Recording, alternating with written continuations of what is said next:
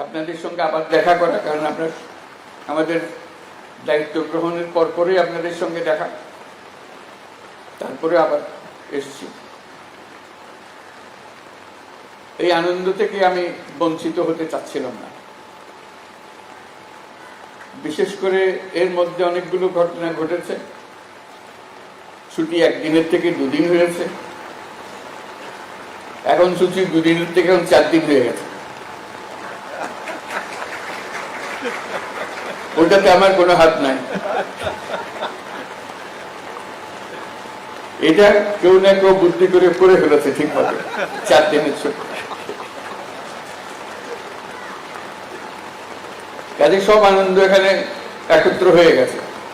তা বললাম যে আমাকে বাদ দিয়ে সবাই আনন্দ করবে, এটা করতে দেবো না, আমি এটাতে শরীক হবই।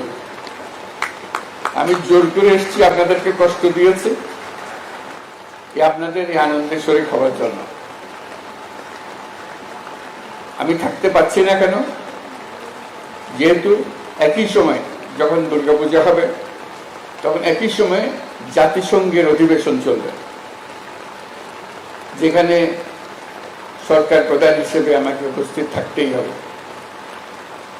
কাজে সেই কারণে আমি এদিকে আর থাকতে পারছি না। তবে ওই যে বললাম নাছোড়বান্দা, আগে থেকে গেলাম, অভিনন্দন জানিয়ে গেলাম।